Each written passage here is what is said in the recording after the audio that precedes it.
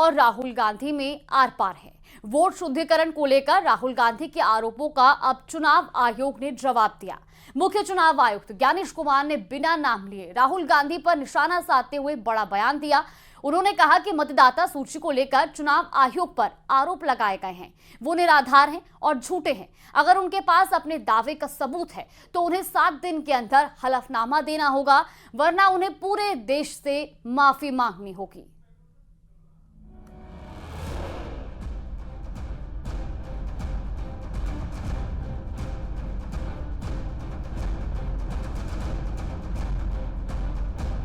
चुनाव आयोग ने वोट चोरी के आरोपों पर नेशनल मीडिया सेंटर में प्रेस कॉन्फ्रेंस की। राहुल गांधी का नाम लिए बिना ही chief election commissioner Gyanesh Kumar ने कहा कि पीपीटी प्रेजेंटेशन में दिखाया गया डेटा हमारा नहीं है। चुनाव आयोग का कहना है कि वोट चोरी के आरोपों पर हलफनामा दे या देश से माफी मांगे। 7 दिन में हलफनामा नहीं मिला तो आरोपों को निराधार समझा जाएगा। जो दुनिया के बड़े बड़े जनतंत्र जिसके लिए सोच सकते हैं, दुनिया का सबसे बड़ा जनतंत्र है भारत। दुनिया का सबसे बड़ी मतदाता सूची हमारे पास है, लगभग 90 करोड़ से 100 करोड़ के बीच में। सबसे बड़ी मतदाता सूची, सबसे बड़े चुनाव कर्मियों की फौज, सबसे ज्यादा मतदान करने वाले लोगों की संख्या, और इन सब के समक्ष, सारे मीडिया के समक्ष ये कहना कि अगर मतदाता सूची में आपका नाम एक बार और है तो आपने 2 बार मतदान किया होगा और कानूनी अपराध किया होगा, और मेरे सारे मतदाताओं को अपराधी बनाना और चुनाव आयोग शांत रहे, संभव नहीं।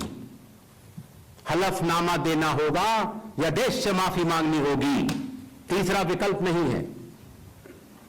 आपके माध्यम से मैं ये भी कहना चाहता हूं, अगर 7 दिन में हलफनामा नहीं मिला तो इसका अर्थ ये सारे आरोप निराधार हैं। वहीं कांग्रेस का कहना है कि चुनाव आयोग की बातें तर्कहीन है। चुनाव आयोग बीजेपी के टूल के तौर पर बर्ताव कर रहा है, ऐसे में शक होना लाजमी है। विपक्ष को बराबर मानते हैं, अनुराग ठाकुर को नोटिस कब दे रहे हैं? राहुल जी की तो प्रेस वार्ता के बीच में आपने नोटिस दे दिया। अनुराग ठाकुर को तो अभी तक 3 दिन हो गए, नहीं मिला। आप बीजेपी के एजेंट बनने की अब आपकी उम्र नहीं है, आप एक आला अधिकारी रहे। हो सकता है आपको लालच होगा कि रिटायरमेंट के बाद हर बार वो अलग अलग पॉलिटिकल पार्टीज की मीटिंग्स बुलाते रहे, जैसे पहले किसी वक्त होती थी, उनसे चर्चा करते थे एक चीज पे, उनसे राय लेके आगे को क्या कोर्स ऑफ एक्शन होता है उसके हिसाब से काम करते।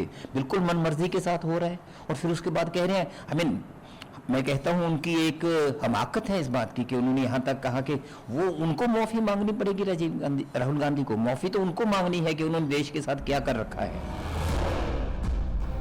बीजेपी नेता उमा भारती का कहना है कि चुनाव आयोग हर शिकायत को सुनता है। अगर लोग आपको वोट नहीं कर रहे हैं तो आप खुद से आत्मचिंतन करें। चुनाव आयोग हर कंप्लेंट को सुनता है, इलेक्शन ऑब्जर्वर हर कंप्लेंट पे कार्यवाही करता है। अब जनता ही आपको वोट नहीं दे रही है तो फिर तो इसमें आप आत्मचिंतन करिए ना कि लोग आपसे विमुख क्यों हो गए हैं। आप अपनी करतूतों को याद तो करिए कि लोग आपको वोट क्यों नहीं दे रहे हैं। वहीं समाजवादी पार्टी का कहना है कि चुनाव आयोग असली मुद्दे छुपाकर बात को घुमा रहा है। चुनाव आयोग आम आदमी के वोटों की चोरी कर रहा है। हम लोग पिछले 1 साल से लगातार कह रहे हैं कि लोकसभा चुनाव में भाजपा ने वोट चोरी करने का काम किया था, तो 1 साल से चुनाव आयोग ने प्रेस कॉन्फ्रेंस या खंडन क्यों नहीं किया? मुख्य चुनाव आयुक्त ने कहा कि एक पीपीटी दिखाकर जिसमें चुनाव आयोग के आंकड़े नहीं है, गलत तरीके से विश्लेषण करना और ये कहना कि किसी महिला ने 2 बार मतदान किया है, ये बेहद गंभीर आरोप है। बगैर हलफनामे के ऐसे संगीन आरोपों पर चुनाव आयोग कार्रवाई नहीं कर सकता, क्योंकि ये संविधान और चुनाव आयोग दोनों के विरुद्ध होगा। Bureau report, news 18, Uttar Pradesh, Uttarakhand.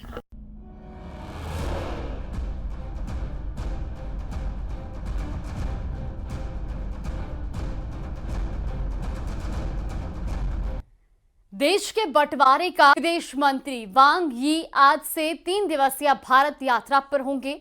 अपनी यात्रा के दौरान वो कल प्रधानमंत्री नरेंद्र मोदी से भी मुलाकात करेंगे। सीमा विवाद के बाद भारत और चीन के बीच अब धीरे धीरे सामान्य होते रिश्तों के बीच ये मुलाकात अहम मानी जा रही है। इस दौरे में वांग ही राष्ट्रीय सुरक्षा सलाहकार अजीत डोभाल के साथ साथ भारत चीन विशेष प्रतिनिधि स्तर की सीमा वार्ता के 24वें दौर में भी शामिल होंगे।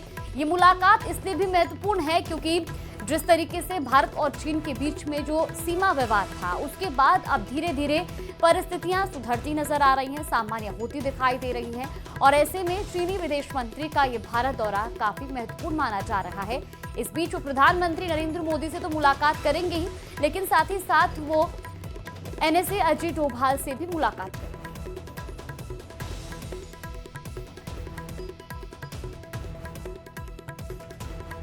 और चलिए खबरों में आगे बढ़ते हैं। अलास्का में ट्रंप और पुतिन की मीटिंग में पुतिन पूरी तरह से हावी नजर आए हैं। ऐसे में सवाल उठ रहे हैं कि क्या ट्रंप अब यूक्रेन को सरेंडर करने के लिए मजबूर कर देंगे, क्योंकि जेलेंस्की ने साफ कह दिया है कि रूस को यूक्रेन अपनी जमीन नहीं देगा, जबकि रूस ने साफ कह दिया कि वो यूक्रेन पर अपना कब्जा किसी भी कीमत पर नहीं छोड़ेंगे। इस रिपोर्ट में देखिए।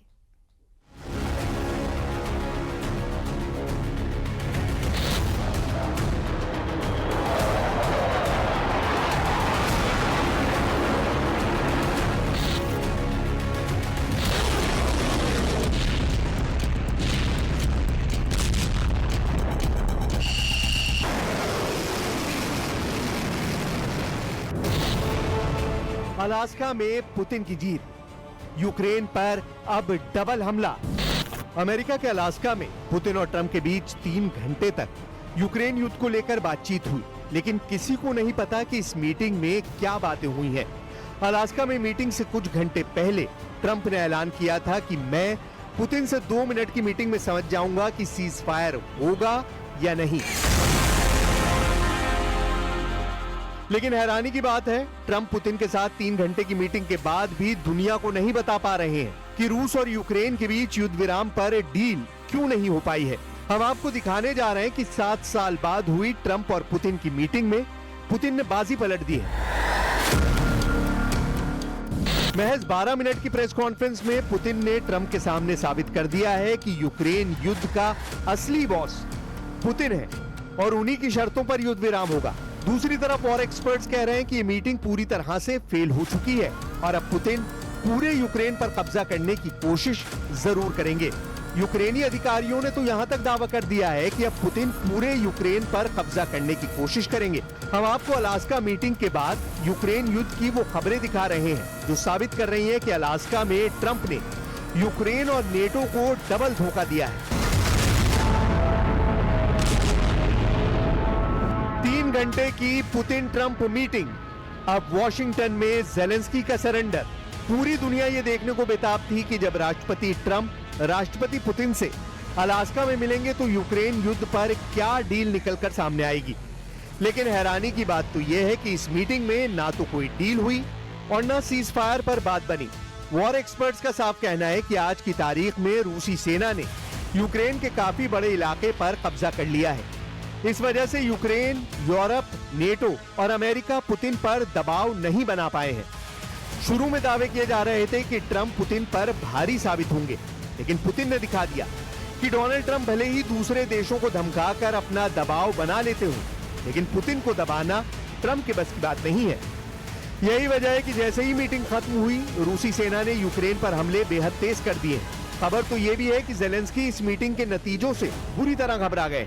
यूक्रेनी अधिकारियों और नेताओं ने तो डंके की चोट पर कह दिया है कि रूस अमेरिका की मीटिंग पूरी तरह से फेल हो चुकी है और इस मीटिंग की वजह से पुतिन अब ट्रंप पर भारी साबित हुए हैं। यूक्रेनी संसद की विदेश मामलों की समिति के अध्यक्ष ओलेक्जेंद्र मेरेस्को ने द न्यूयॉर्क टाइम्स को बताया कि ट्रंप और पुतिन के बीच शिखर सम्मेलन से रूस और यूक्रेन के बीच कोई शांति समझौता नहीं हुआ और पुतिन ने ट्रंप का इस्तेमाल ये दिखाने के लिए किया है कि वो अलग थलग नहीं है।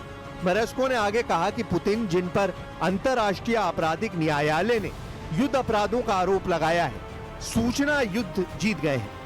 यूक्रेनी अधिकारी ने कहा कि पुतिन ने एंकरेज स्थित ज्वाइंट बेस एल्मेडॉफ रिचर्डसन में शिखर सम्मेलन के बाद ट्रंप के साथ संयुक्त भाषण में अपने विचारों को दोहराया और कहा, मुझे कोई बदलाव नहीं दिख रहा है। ट्रंप पुतिन में 3 घंटे क्या बातचीत हुई, इसकी जानकारी नहीं दी गई है। 12 मिनट चली प्रेस कॉन्फ्रेंस में दोनों नेताओं ने किसी पत्रकार के सवाल का जवाब नहीं दिया। ट्रंप ने कहा कि बैठक सकारात्मक रही, लेकिन अभी कोई अंतिम समझौता नहीं हुआ। पुतिन ने कहा कि यूक्रेन युद्ध खत्म करने के लिए उसकी असली वजह को खत्म करना जरूरी है। पुतिन ने कहा कि अगर 2022 में ट्रंप राष्ट्रपति होते तो यूक्रेन युद्ध नहीं होता। इधर अमेरिका के राष्ट्रपति डोनाल्ड ट्रंप ने हार नहीं मानी है। अलास्का में रूसी राष्ट्रपति व्लादिमीर पुतिन के साथ यूक्रेन युद्ध को लेकर किसी तरह का और चलिए इसी के साथ वक्त